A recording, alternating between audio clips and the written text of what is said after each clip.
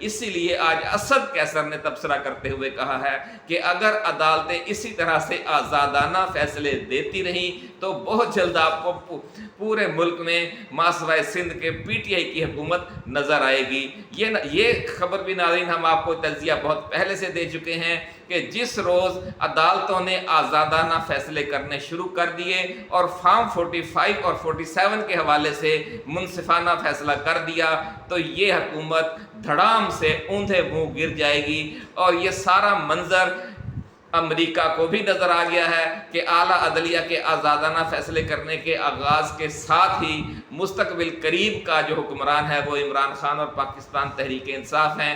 اس لیے آج امریکی سفیر نے 2 رہنماؤں سے پی ٹی آئی رہنماؤں سے ملاقات کی، اس کی تفصیل بھی آج ہم آپ کے لیے لے کر آئے ہیں۔ اور بھی بہت اہم اور بڑی بڑی خبریں ہیں، اس لیے آپ نے اس پوری ویڈیو کو سننا ہے تاکہ آپ کو اندازہ ہو جائے کہ حالات بدل گئے ہیں۔ اور مئی کے مہینے کے حوالے سے ناظرین آپ کو ہماری پوری ویڈیوز یاد ہوں گی، ہم بار بار آپ کی توجہ دلایا کرتے تھے، بابا جی داتا دربار والوں کی پیشگوئیاں آپ کو سنایا کرتے تھے کہ مئی کا مہینے کے جو پہلے 3 ہفتے ہیں، آخری ہفتہ اپریل کا اور پہلے 3 ہفتے مئی کے، اس میں بہت بڑی بڑی تبدیلیاں آئیں گی اور وہ ساری تبدیلیاں آپ اپنی آنکھوں سے دیکھ رہے ہیں۔ اسی لیے اللہ والے کہتے ہیں شاعر مشرق کی زبان میں کہ حادثہ وہ جو بھی پردہ افلاک میں ہے، عکس اس کا میرے آئینہ ادراک میں ہے۔ تو ناظرین اب بات کرتے ہیں اس خبر کی کہ بیرسٹر گوہر اور عمر ایوب سے امریکی سفیر ڈونلڈ بلوم کی ملاقات۔ Chairman P T I barrister Gohar اور اپوزیشن لیڈر، قومی اسمبلی میں اپوزیشن لیڈر عمر ایوب سے امریکی سفیر ڈونلڈ بلوم نے ملاقات کی ہے۔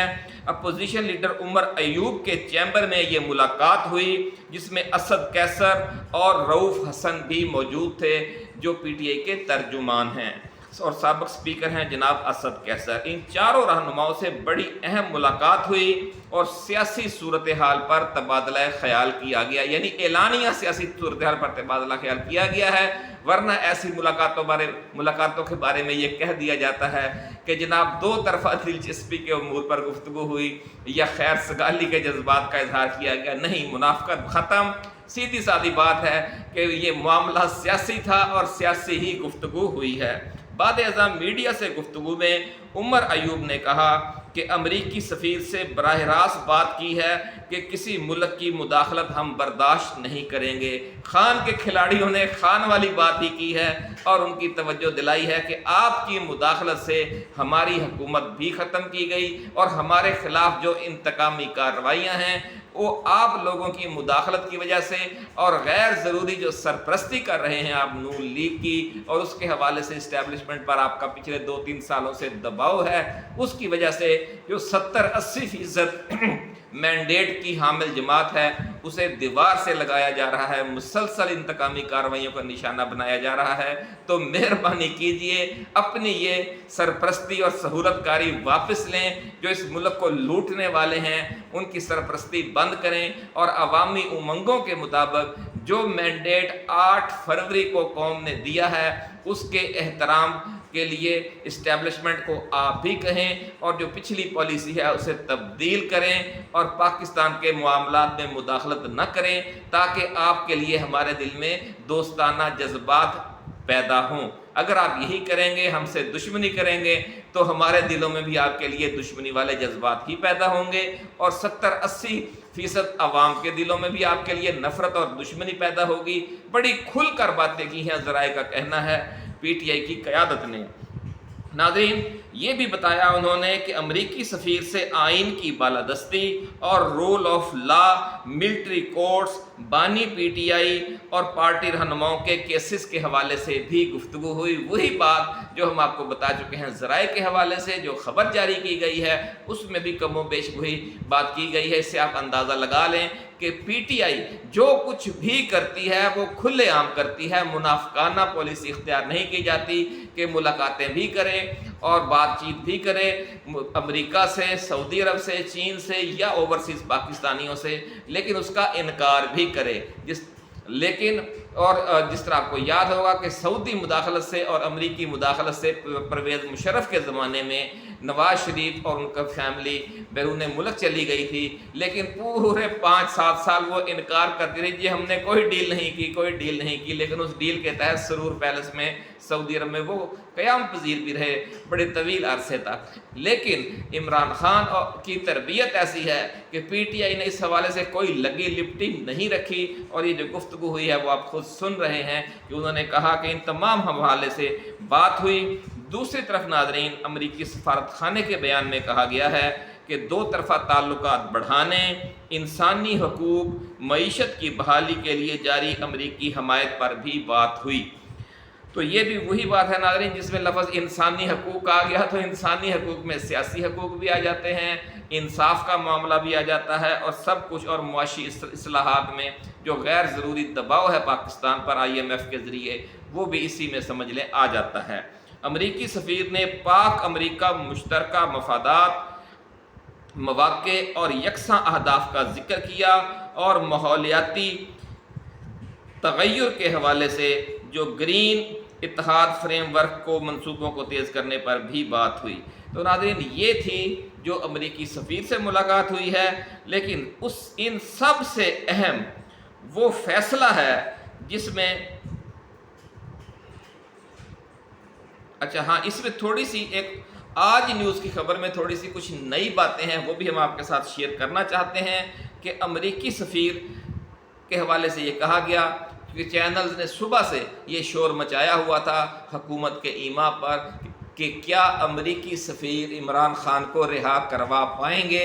اس حوالے سے جو ہمارے رہنما تھے PTI کے، انہوں نے اعلان کیا کہ ہم نے آئین و قانون کی بالادستی کی بات کی ہے، عمران خان کی رہائی کے حوالے سے ان سے کچھ بھی نہیں کہا۔ آئین اور قانون کی ناظرین جب بالادستی ہو جائے گی تو عمران خان نے بھی رہا ہو جانا ہے، اس کے کھلاڑیوں نے بھی رہا ہو جانا ہے، اور فارم 45 کے حق میں فیصلہ آنے کے بعد انہوں نے برسر اقتدار بھی ہو جانا ہے۔ اس لیے ان سے کچھ مانگنے کی ضرورت نہیں ہے، صرف یہ مطالبہ کرنے کی ضرورت ہے کہ حق و انصاف کی بالادستی ہونی چاہیے۔ ناظرین بڑی خبر، بہت بڑی خبر جو ہم نے چند روز قبل بھی آپ سے شیئر کی تھی کہ کیا ہونے جا رہا ہے، اور وہ آج ہو گیا۔ سپریم کورٹ نے سنی اتحاد کونسل کی مخصوص نشستوں سے متعلق پشاور ہائی کورٹ کا فیصلہ معطل کر دیا۔ تفصیلات کے مطابق سپریم کورٹ نے سنی اتحاد کونسل کی مخصوص نشستوں سے متعلق پشاور ہائی کورٹ کا فیصلہ معطل کرنے کے بعد دوسری جماعتوں کو جو نشستیں دی گئی تھیں وہ ان کو ختم کر دیا۔ پشاور ہائی کورٹ کے ساتھ ساتھ الیکشن کمیشن کے فیصلے کو بھی معطل کر دیا گیا ہے تاکہ کوئی ابہام ہی نہ رہ جائے، اور یہ جو 2/3 کا باجا بجایا جا رہا تھا آج سے وہ باجا بند سمجھیں۔ ناظرین سپریم کورٹ میں سنی اتحاد کونسل کو مخصوص نشستیں نہ دینے کے خلاف کیس کی سماعت کے درمیان جسٹس منصور علی شاہ نے کہا کہ اٹارنی جنرل صاحب اس کیس میں 2 سوالات آپ سے پوچھیں گے۔ بہت زوردار ناظرین گفتگو ہوئی، اور انہوں نے کہا کہ سلمان اکرم راجہ کے بعد آپ کو سنتے ہیں۔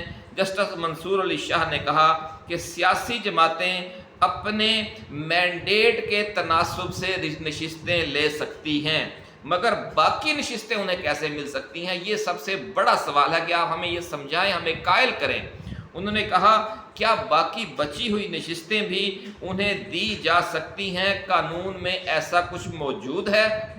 ناظرین جسٹس منصور علی شاہ نے اٹارنی جنرل سے استفسار کیا کہ اگر قانون میں ایسا نہیں ہے تو پھر کیا ایسا کرنا آئینی اسکیم کے خلاف نہیں؟